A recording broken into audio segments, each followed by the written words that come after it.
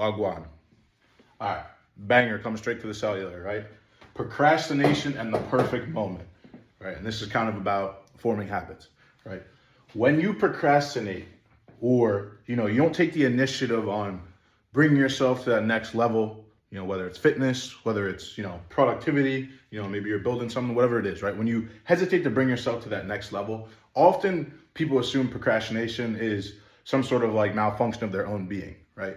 But on a more advanced level, it's often because you were trying to fight the potential identity that you would have to assume to be the person that you want to be. And also you probably subconsciously register, the sacrifices and the things that you would have to play the trade-off game with, right? So first thing first, if you're trying to make a change or you're trying to actively, like I said, move up in the world or get something done, right, and you're procrastinating, the first thing first is you need to figure out what your why is, right? And it has to be compelling.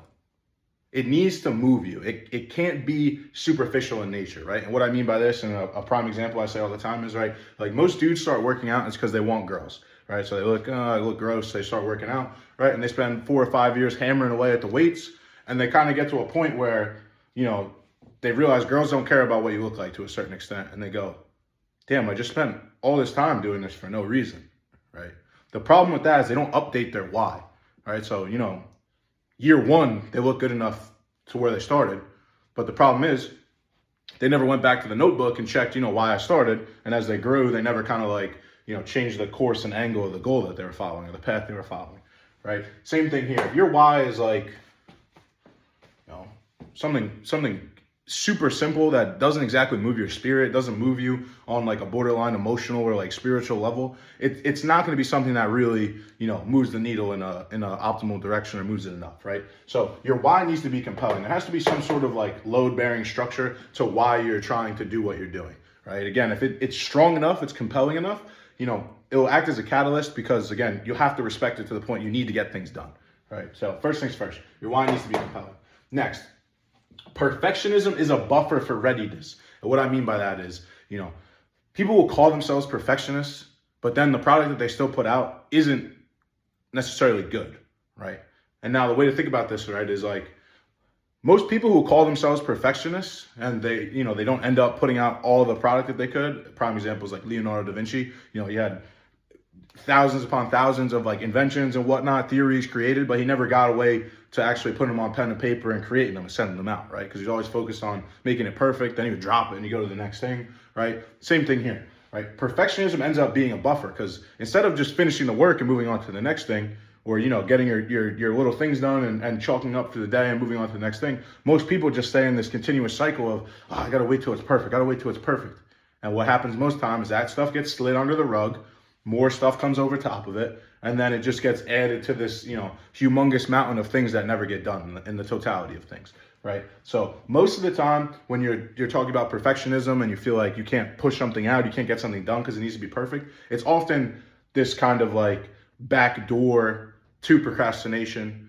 because, again, it relieves the actual idea of procrastinating because you're working on it in a positive light. But at the same time, if you're not ending up actually producing anything, you're screwing yourself over, right? So that's that. Move on to the next one, right? Your identity is as fluid as you could withstand. And what I mean by this is most people assume that who they are at any given time in their life is a static structure, right? That's not true. What happens most of the time is, if somebody has that kind of innate creative or curious nature, naturally, as they go through life, they will probably come across multiple moments or different things happening throughout their lives that will end up continuously, molding and morphing their makeup as a human being, as a character, right? And they end up being who they are, but they might go through serious stages of going back and forth and changing and doing all sorts of different things, right? What happens mostly, though, is most people end up falling down a life path. They kind of, hold themselves in. I'm a blue-collar worker, I'm a desk worker, I'm XYZ, right? And they don't actively look to move out of that pigeonhole. They're fine staying there. It is what it is. People are like that, right? But they're fine staying there. So the idea of them completely flipping their life on their head or their identity on their head and changing it is a completely foreign idea, right? Switch side of that, it's quite literally, your identity is as fluid as, you know, the way you could change your clothes day in and day out, right? Nobody tells me I have to be myself, right? Nobody tells me I have to do X, Y, Z. There's nobody holding a gun to my head, forcing me to act the way I do on a regular basis, right? It's more so whatever program is going on in my head. And then if I think it's, you know, I don't want to say beneficial, but if I agree with it, I'm going to do it. And again, my identity is going to follow. If I think it's the right path to follow down to find the things I want, success, I'm looking for them cake and cookies, and that's what I feel like it's going to send me in the best direction, I'm going to do it. And it's probably going to end up being part of my identity, right? So that's as fluid as you want to make it. And last but not least, as you are doing all these things and you are becoming a new person, you're engaging in new habits, right? New activities, meeting new people, doing different things, right? You need to assume, not a word. You need to assume acceptance. Holy shit. You need to assume acceptance and at the same time filter feedback, right? Again, there are going to be people that see you actively trying to be a different person than they know you. Whether they like you, whether they don't like you, whatever it is, who gives a shit? Because they're not you. So unless they're actively trying to hurt you, don't matter, right? Assume acceptance, right? On top of that, however, how you are going to act is obviously going to provoke people to act a certain way towards you. With that being said, you have to get comfortable filtering the feedback. And what I mean by that is if somebody tells you, you know, the new hat you decided to wear because you feel like you're a new person looks stupid, yeah, it might hurt. But at the same time, maybe you need a different hat. Maybe they're not telling you to not wear ever a hat again or ever wear a hat again, or they're going to hit you with a baseball bat. But maybe they thought they didn't like the hat you had on, that you shouldn't wear hats. Now, if you sit back and you take a nice little look at it, maybe they just meant you should wear a different hat. But again, you got to parse that out.